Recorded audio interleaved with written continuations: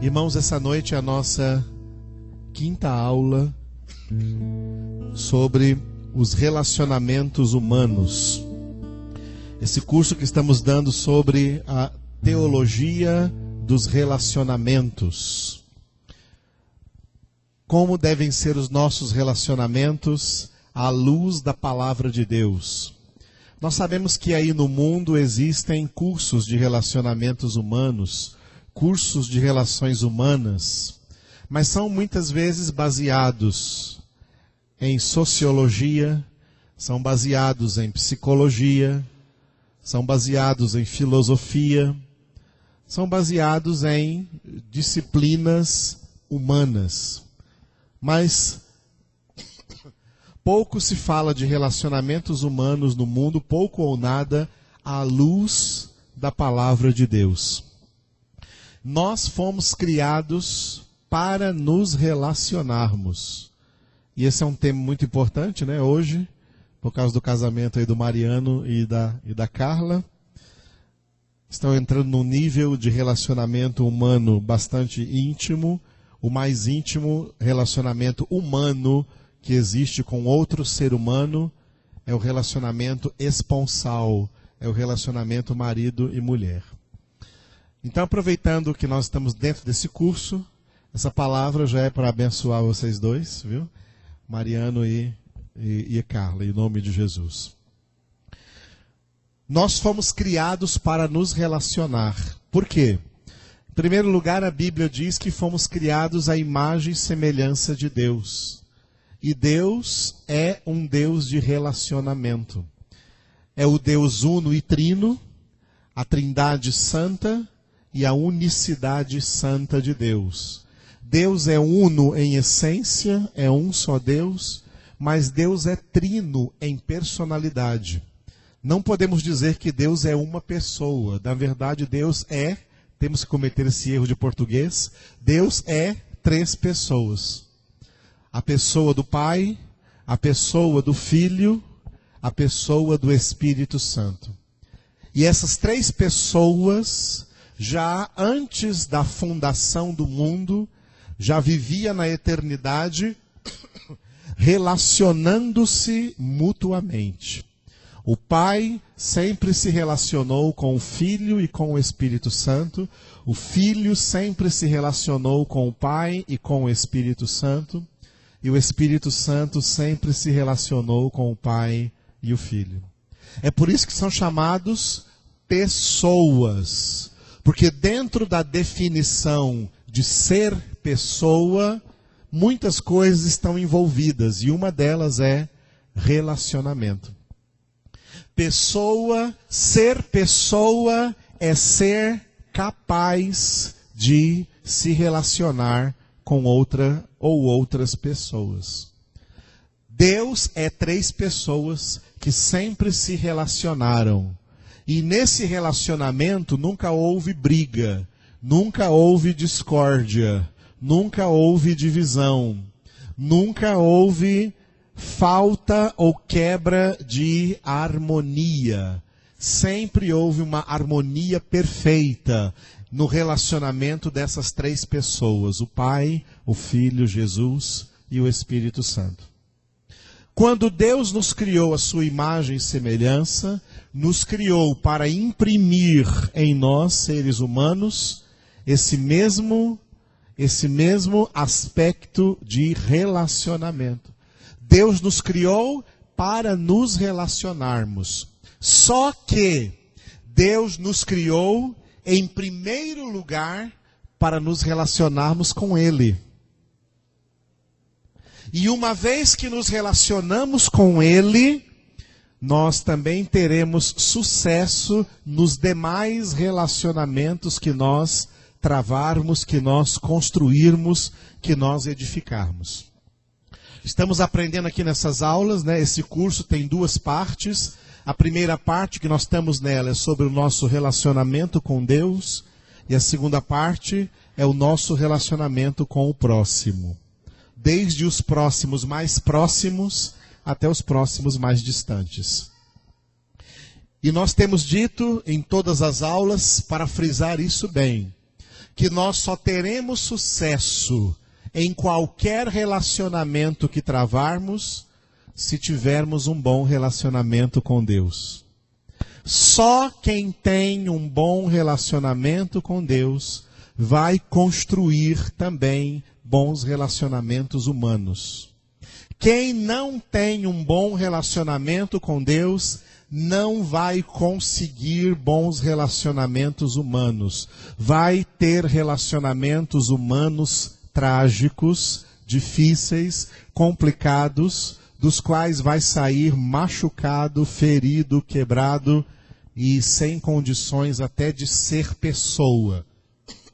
Fragilizado, deprimido, é daí que vem muitas depressões.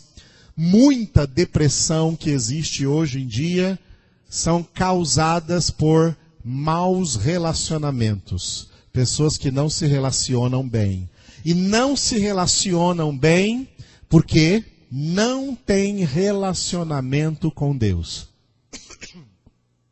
Só quem tem relacionamento com Deus vai aprender a se relacionar bem com o seu próximo. Só que tem um problema. Quem se relacionar bem com Deus não vai conseguir se relacionar com quem não tem o mesmo relacionamento com Deus. Porque as pessoas que não têm relacionamento com Deus não gostam de se relacionar com quem tem relacionamento com Deus. Descrentes geralmente não gostam de crentes. Descrentes normalmente fogem de crentes. Descrentes normalmente não querem nem conversa com nenhum crente. Quem tem relacionamento com Deus vai enfrentar esse problema e às vezes dentro da sua própria família. Pessoas da sua própria família ou do seu círculo de influência não vão querer se relacionar com essa pessoa porque essa pessoa tem relacionamento com Deus. E essas pessoas não gostam, porque essa pessoa só vai falar daquilo que transborda do seu coração, então só vai querer falar de Deus, só vai querer falar da palavra de Deus. E as pessoas que não têm relacionamento com Deus não gostam de falar de Deus, não gostam de falar da palavra de Deus, elas gostam de falar das coisas que elas gostam do mundo. Por isso que o Salmo número 1 diz... O livro dos Salmos começa dizendo o seguinte, que bem-aventurado é o homem que não anda no conselho dos ímpios, que não se detém no caminho dos pecadores, nem se assenta na roda dos escarnecedores. Antes, o seu prazer está na lei do Senhor, na palavra do Senhor, e nela ele medita de dia e de noite. Por isso ele é como a árvore plantada junto à corrente de águas, que dá fruto na época própria, cuja folhagem não murcha, e tudo quanto faz prosperará. E no mesmo salmo diz que os ímpios não são assim. São, porém, como a palha levada pelo vento. Por isso que os ímpios não prevalecerão na congregação dos justos, porque o Senhor conhece o caminho dos justos, mas o caminho dos ímpios perecerá.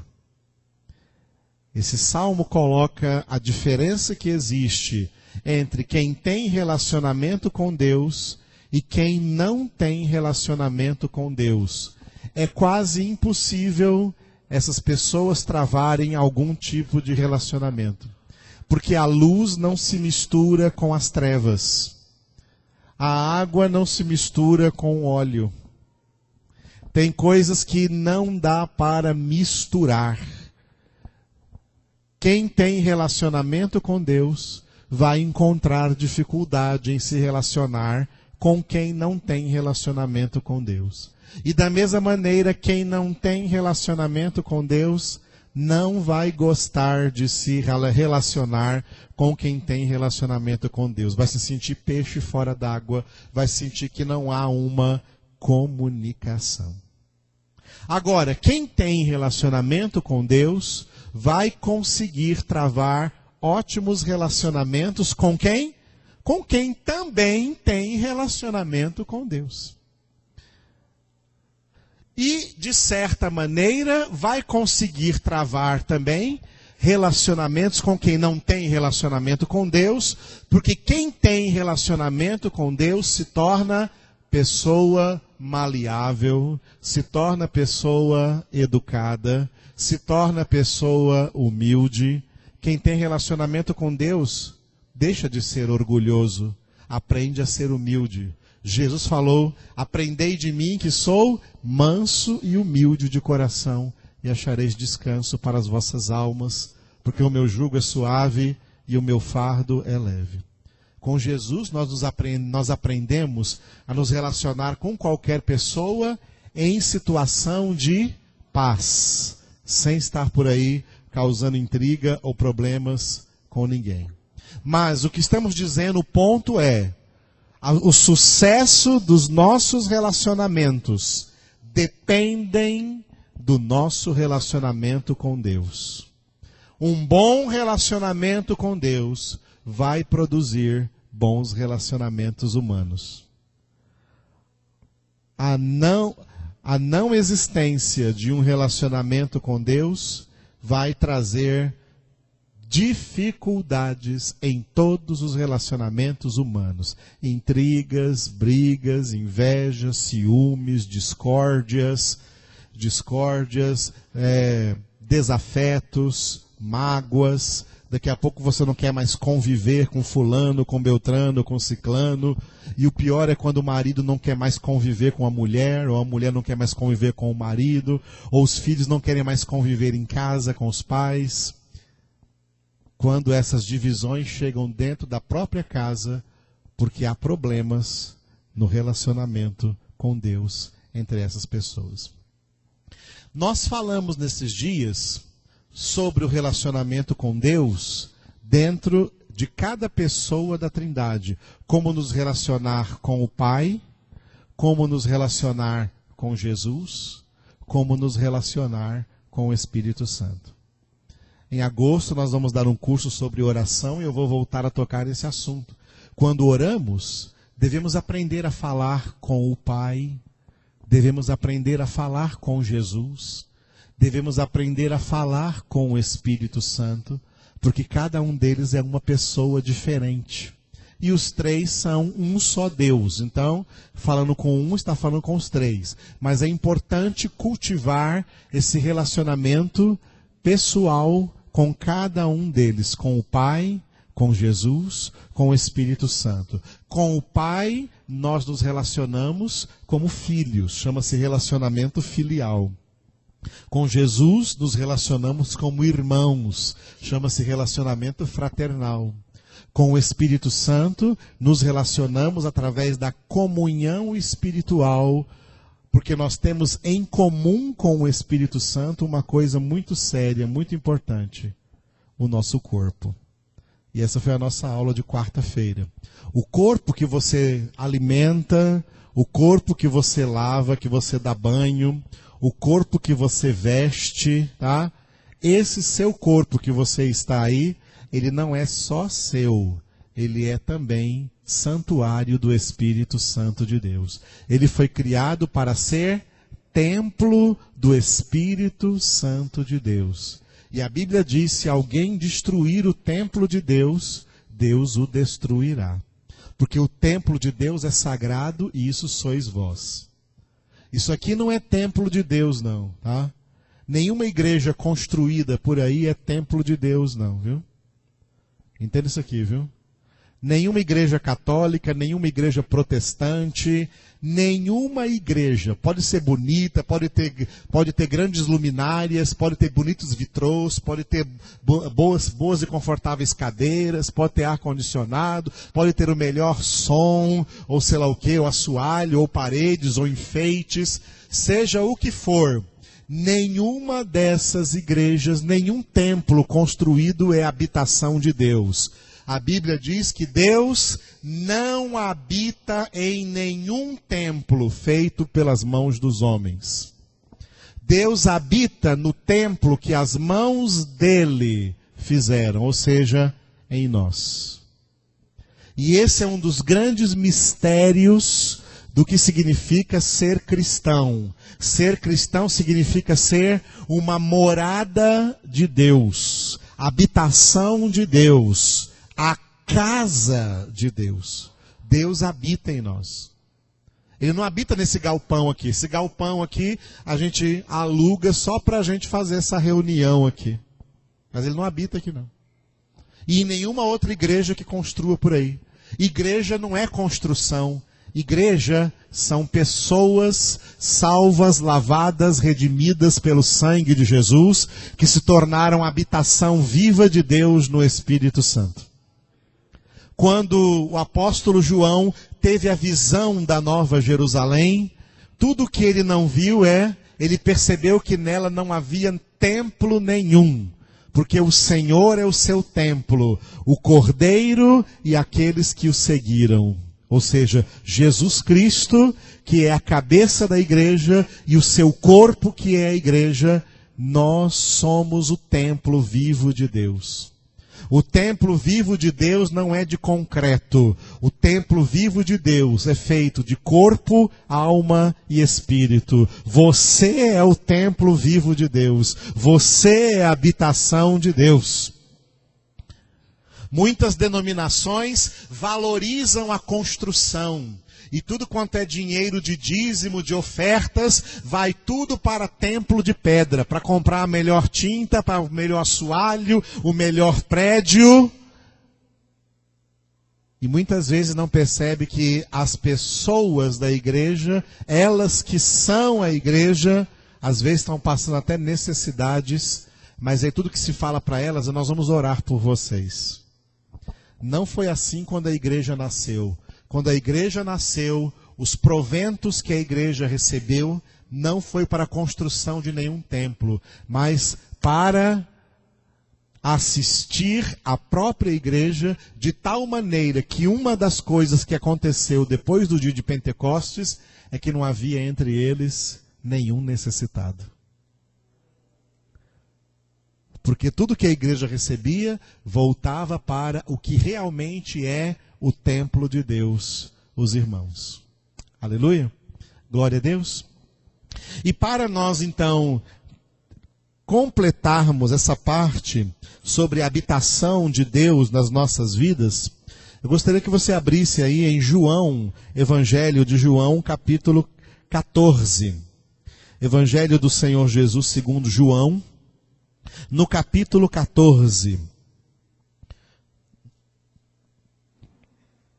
João, capítulo 14.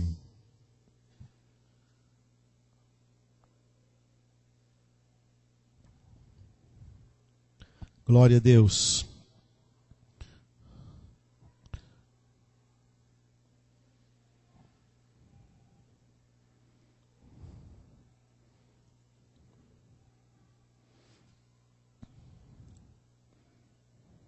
Versículo 23. João 14, 23. Nós vamos entender aqui dentro desse capítulo de João que nós somos habitação de Deus nas suas três pessoas, tanto do Pai, como do Filho, como do Espírito Santo. João 14, 23, Jesus diz assim, ó: respondeu Jesus, juntos: se alguém me ama, guardará a minha palavra, e meu Pai o amará, e viremos para ele, e faremos nele morada. Faremos nele morada. Jesus diz assim: se alguém me ama, qual é a prova que alguém ama Jesus? A prova que alguém ama Jesus não é que pertence a uma denominação A, B ou C. Não é que é pastor. Não é que é obreiro. Não é que é alguém de muita oração. Tem muitas qualidades que se falam por aí. A prova que alguém ama Jesus é que guarda a sua palavra. Guardar a palavra é meditar nela de dia e de noite, como o homem do Salmo número 1, que nós acabamos de citar, e obedecê-la, obedecer na sua vida, praticar na sua vida. Porque Jesus diz que aquele que ouve a palavra, mas não pratica, é semelhante a um homem insensato que edificou a sua casa sobre a areia. Virão as chuvas, virão os ventos, virão as enchentes e darão com ímpeto contra essa casa, e ela vai cair, e grande será a sua ruína, porque está edificada sobre a areia. Mas aquele que ouve essas minhas palavras e as pratica, praticar representa também guardar, as guarda, as observa, as obedece, é semelhante ao homem prudente que edificou a sua casa sobre a rocha. Virão as mesmas chuvas, os mesmos ventos, as mesmas enchentes que representam os problemas, perseguições contra a palavra, e darão também com ímpeto contra essa casa, mas ela não vai cair, porque ela está firme, edificada sobre a rocha, e essa rocha é Jesus Cristo, Filho de Deus. Quem tem a vida edificada em Cristo é firme para sempre. Por quê? Porque ele é uma habitação de Deus. Jesus disse: se alguém me ama, guardará a minha palavra, e meu Pai o amará. E viremos para ele. Quem viremos? Eu e o Pai. Viremos para essa pessoa e faremos nele morada, habitação, a casa de Deus. Aqui Jesus fala dele e do Pai, mas anteriormente ele já falou também do Espírito Santo. Veja agora os versículos 16 e 17 desse mesmo capítulo. João 14, 16 e 17.